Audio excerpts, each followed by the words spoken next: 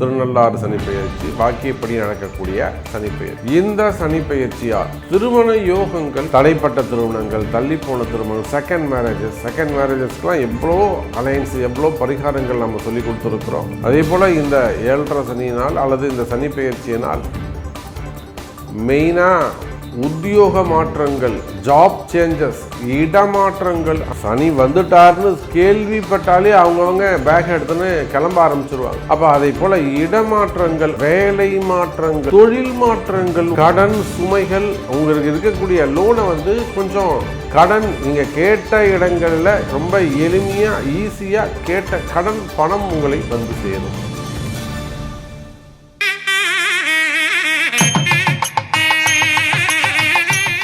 உலகம் முழுவதும் வாழக்கூடிய கடவுளருள் டிவி நேயர்கள் அனைவருக்கும் உங்கள் தாம்பரம் வாராகி ஈசனேசன் சுவாமியுடைய நல்லாசிகள், வாழ்த்துக்கள்.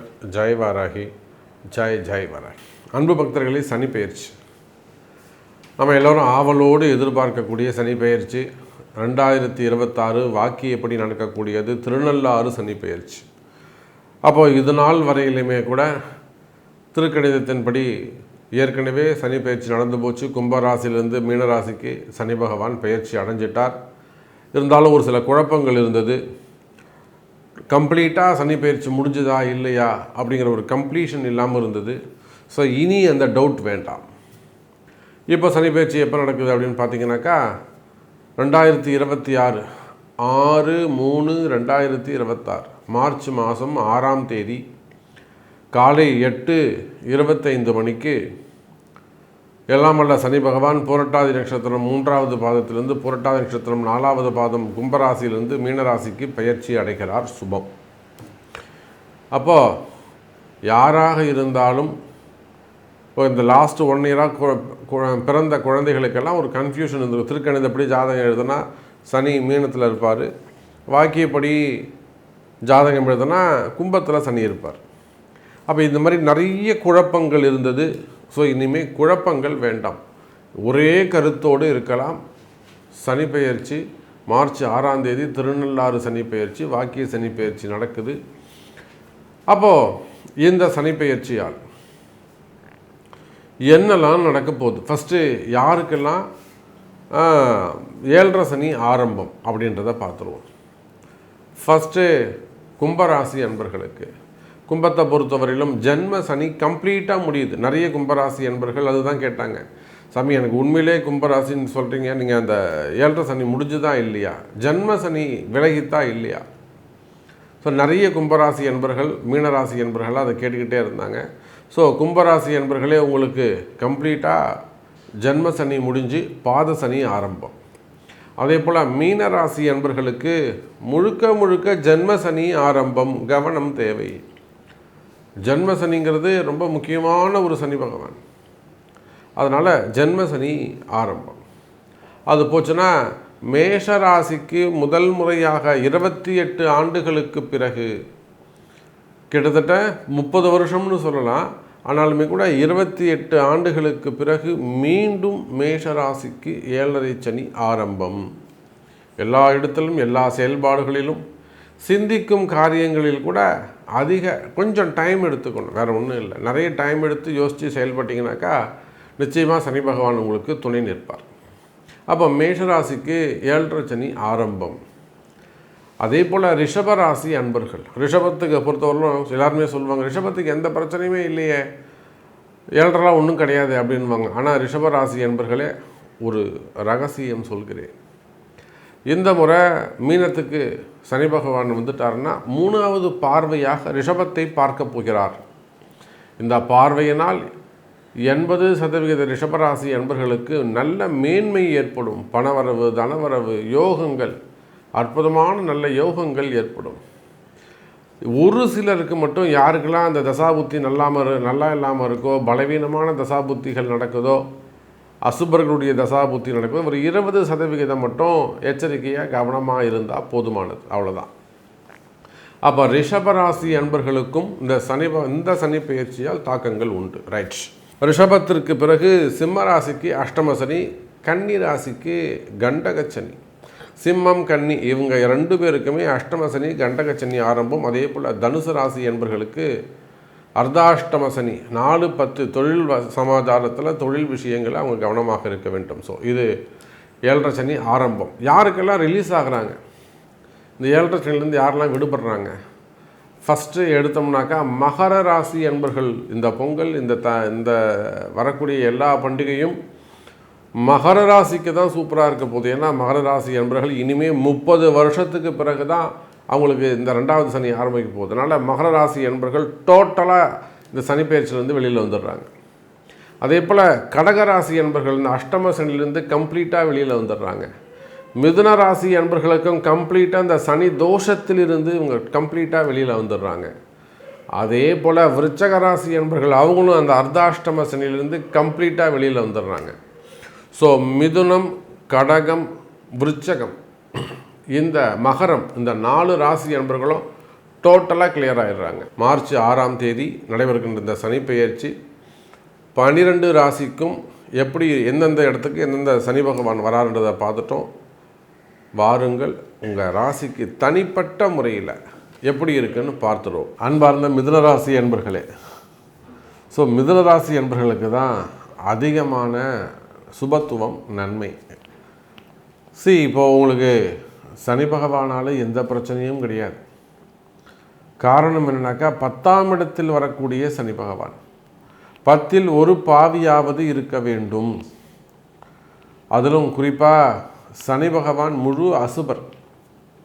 ஒரு பக்கம் 8ஆம் அதிபதி, மறுபக்கம் 9ஆம் அதிபதி. மிதுன ராசி ஆனாலும் மிதுன லக்னம் ஆனாலும். அப்போ இந்த ராசி லக்னத்துக்கு 8, 9 கூடையவன் 50-50 மாறி 10ஆம் இடத்துல குருவுடைய வீட்டில் போய் அமையும் போது அற்புதமான யோகம். இது ஒரு நல்ல அதிர்ஷ்டமான காலம். மிதுன ராசி என்பர்களே, நடக்கின்ற இந்த சனி பெயர்ச்சியால் அதிக நன்மை பெறக்கூடிய, கிட்டத்தட்ட ஒரு 90% நன்மை பெறக்கூடிய ராசியாக மிதுன ராசி அமைகிறது. 10ஆம் இடத்தில் வரக்கூடிய சனி பகவானால் நிறைய அன்பர்கள் மிதுன ராசியில் இருக்கக்கூடியவங்க சுய தொழில் ஓன் பிஸ்னஸ் ஸ்டார்ட் பண்ணுறதுக்கான சான்சஸ் உண்டு. குறிப்பாக ஐடி ஃபீல்டில் இருக்கக்கூடியவங்க, ஸ்டார்ட் அப் பிஸ்னஸ் பண்ணக்கூடியவங்க, இல்லை புதுசாக ஸ்டார்ட் அப் பிஸ்னஸ் ஸ்டார்ட் பண்ணலான்னு நினைக்கக்கூடியவங்க, ஆல்ரெடி அந்த லைனில் இருக்கக்கூடியவங்க, ஐடி ஃபீல்டிலே பிஸ்னஸ் பண்ணக்கூடியவங்க ரிலேட்டடாக. அப்போது இந்த கம்யூனிகேஷன்ஸ் அந்த ஃபீல்டு ரொம்ப சிறப்பானதாக இருக்கும். அதே போல் மெயினாக அரசியல் தலைவர்களுக்கு நல்ல காலம் பிறந்திருக்கிறது. அரசியல் தலைவர்களுக்கு, அரசியலில் ஈடுபட்டிருக்கக்கூடியவங்க, அரசியல் வாழ்க்கையை வாழக்கூடியவர்கள், இவங்க எல்லாருக்குமே இந்த சனி பெயர்ச்சியால் அரசியல் லாபம் உண்டு. உங்கள் வெற்றி தொடரும். ஆல்ரெடி நீங்கள் ஒரு வின்னராக இருக்கீங்க, ஜெயிச்சிருக்கீங்க, மீண்டும் உங்களது வெற்றி தொடரும். அல்லது இந்த முறை தான் நமக்கு ரொம்ப முக்கியமானது, நாம் கண்டிப்பாக இப்போ அந்த பாலிடிக்ஸில் ஜெயிக்கணும், இந்த முறையாவது நாம் வின் பண்ணணும், அதுக்கு ஏதேனும் வழிவகை உண்டா அப்படின்னு கேட்பீர்களே. ஆனால் கவலை வேண்டாம் மிதுன ராசி அன்பர்களே, அரசியலில் இந்த சனி பெயர்ச்சியால் அதுதான் சொன்ன புதிய பதவிகள் உங்களை தேடி வரும், புதிய வெற்றி வாய்ப்புகள் உருவாகும். ஆனால் அதற்கு கடுமையாக உழைக்கணும். 2வது கடுமையான பரிகாரங்கள், ஒரு உடலை ஒரு விரதம் இருக்கிறது, அல்லது மந்திர உச்சாரணம் செய்வது, அப்படின்னா இறை வழிபாடு செய்வது, பரிகாரங்கள் ரொம்ப முக்கியம். எந்த நட்சத்திரத்தில் போகணும், எந்த கோவிலுக்கு போகணும், என்னைக்கு போகணும், இந்த மாதிரியெல்லாம் அந்த ரூல்ஸ் தெரிஞ்சு ஃபாலோ பண்ணுவீர்களே. ஆனால் பொதுவாக அரசியல்னு இல்லை, சினிமா துறையாக இருக்கலாம், அரசியல் துறையாக இருக்கலாம், ஆன்மீக துறையாக இருக்கலாம், பிரைவேட் ஜாபாக இருக்கலாம், கவர்மெண்ட் ஜாபாக இருக்கலாம், அரசு அதிகாரிகளாக இருக்கலாம். அப்போ நீங்கள் யாராக இருந்தாலும் சரி தான் எனதருமை மிதுன ராசி என்பர்களே, இந்த சனி பெயர்ச்சியால் உங்களுக்கு லாபம் அதிகம். புதிய பதவிகள் உங்களை தேடி வரும். ப்ரமோஷன்ஸ், நிறைய வெளிநாடுகளில் வசிக்கக்கூடிய எனது அன்பர்கள் என்கிட்ட கேட்கக்கூடிய நிறைய கேள்வி என்ன அப்படின்னு கேட்டாங்கன்னாக்கா, எனக்கு ப்ரமோஷன் கிடைக்குமா சாமி, நான் இங்கேயே இருக்கலாமா? மிதுன ராசியில் தான் நிறைய ஒரு ஹையர் ரேங்கில் இருக்கக்கூடியவர்கள் அரசியலில் பெரிய லெவலில் இருக்கக்கூடிய பொறுப்புகள் இருக்கக்கூடியவங்க மிதுன ராசியில் இருக்கிறாங்க. அதே போல் ப்ரைவேட் ஜாபில் ஒரு சிஇஓ ரேங்கில் இருக்கக்கூடியவங்க, அதுக்கும் மேலே ஒரு உயர் பதவியில் இருக்கக்கூடியவங்க, பெரிய பெரிய கமிஷன் பிஸ்னஸ் பண்ணக்கூடியவங்க, இன்னும் சொல்லப்போனால் அரசியல் அட்வைசராக இருக்கக்கூடியவர்கள், பத்திரிகையாளர்கள், மீடியா துறையை சார்ந்த அன்பர்கள், தொலைக்காட்சி போன்ற நபர்கள், மீடியா துறையில் இருக்கக்கூடியவங்க. அப்போ இது மாதிரி கம்யூனிகேஷன்ஸ், ஒரு செய்தியை கொண்டு போய் கடத்தி சொல்லுவது, அப்போ மீடியா துறையாக இருக்கலாம். அப்போ நீங்கள் யாராக இருந்தாலும் சரிதான், உங்களுக்கு இருந்து வரக்கூடிய எதிர்ப்புகள், எதிர்பார்ப்புகள், எதிரிகளுடைய தொந்தரவுகள், மெயினாக எதிரிகளுடைய தொந்தரவுகள் அல்லது உங்கள் பாலிசிக்கு அகைன்ஸ்டாக இருக்கக்கூடிய சில விஷயங்கள். இப்போ ஒரு சில தொலைக்காட்சிகள்லாம் பார்த்தீங்கன்னாக்கா டோட்டலாகவே பாலிடிக்ஸை சார்ந்து போயிடுவாங்க. பாலிடிக்ஸ் இன்கம் அவங்களுக்கு இருக்கும். இதோ அங்கொன்றும் இங்கொன்றுமாக ஒரு சில மீடியாக்கள் மட்டும் பாலிடிக்ஸ் பக்கம் போக மாட்டாங்க. அவங்க நியூட்ரலாக இருந்துப்பாங்க. அந்த மாதிரியான வரக்கூடிய ஏற்ற இறக்கங்கள் அல்லது இந்த சொத்து பத்துக்கள் தகராறுகள், ஆமாம், இந்த பிரதர்ஸ்குள்ளே வரக்கூடிய சொத்து பத்து சம்மந்தப்பட்ட பிரச்சனைகள், அப்போ இந்த மாதிரியான பிரச்சனைகள் எல்லாம் இருக்குமே. ஆனால் கவலை வேண்டாம் எனதருமை மிதுன ராசி அன்பர்களே, நிச்சயமாக இந்த சனி பெயர்ச்சியால் உங்களுக்கு நன்மை ஏற்படும். இன்னும் சொல்லப்போனால் மிதுன ராசி அன்பர்களே, யோகமான காலம். 10ஆம் இடத்தில் அமரக்கூடிய சனி பகவானால் அதிக நன்மை. 10ல் ஒரு பாவியாவது இருக்க வேண்டும், முழு பாவி, அதுவும் பாக்யாதிபதி, 8ஆம் அதிபதி, 8க்கும் 9க்கும் உடையவன் 10ஆம் இடத்தில் அமர்கின்ற பொழுது, அதுவும் குருவுடைய வீட்டில் அமர்கின்ற பொழுது, குருவே அந்த சனியை பார்க்கும்போது கிடைக்காத பதவிகள் எல்லாம் உங்களுக்கு கிடைக்கும். கவலை வேண்டாம் மிதுன ராசி அன்பர்களே. அப்போ வாழ்க்கையில் வெற்றிகள் ஏற்படும். இன்னும் சொல்லப்போனால் அரசியல் வெற்றிகள் ஏற்படும், ஏமாற்றங்கள் விலகும், எதிரிகளுடைய தொந்தரவுகள் விலகும். அதே போல் சினிமா துறையை சார்ந்தவர்களுக்கு சிறப்பானதாக இருக்கும். இப்போ நிறைய சினிமா துறையை பார்த்திங்கன்னா சனி பகவான் இல்லாமல் அவங்களுக்கு தொழில் அமையாது. 2-3 நபர்கள் நம்ம கோடிட்டு காமிக்க முடியும். இப்போது ரீசெண்டாக ஒரு 2-3 படத்தில், ஃபஸ்ட்டு படத்துலேயே அவங்க அதுக்கு முன்னாடி சான்ஸே கிடைக்காத ஒரு சில நண்பர்கள் மிதுன ராசியில். முதல் படம் அமைஞ்சது அற்புதமான வெற்றி. சனி பகவான் பார்க்கணும். அப்போ தொழில் அமைப்புகள், அதிலும் குறிப்பாக சினிமா துறைனா வெறும் புதன் சுக்கிரனே நினைக்கிறாங்க. தொழில் நீங்கள் அந்த துறையில் நிலையாக நின்று ஜெயிக்கணும்னா சனி பகவானுடைய பார்வை முக்கியம். அப்போ இந்த திசை தான் உங்களை உயர்த்தி கொடுக்கும், இந்த திசை தான் உங்களை தாழ்த்தி கொடுக்கும். இந்த திசையில் நீங்கள் சும்மா இருப்பீங்க, இந்த திசையில் நீங்கள் பிஸியாக இருப்பீங்க.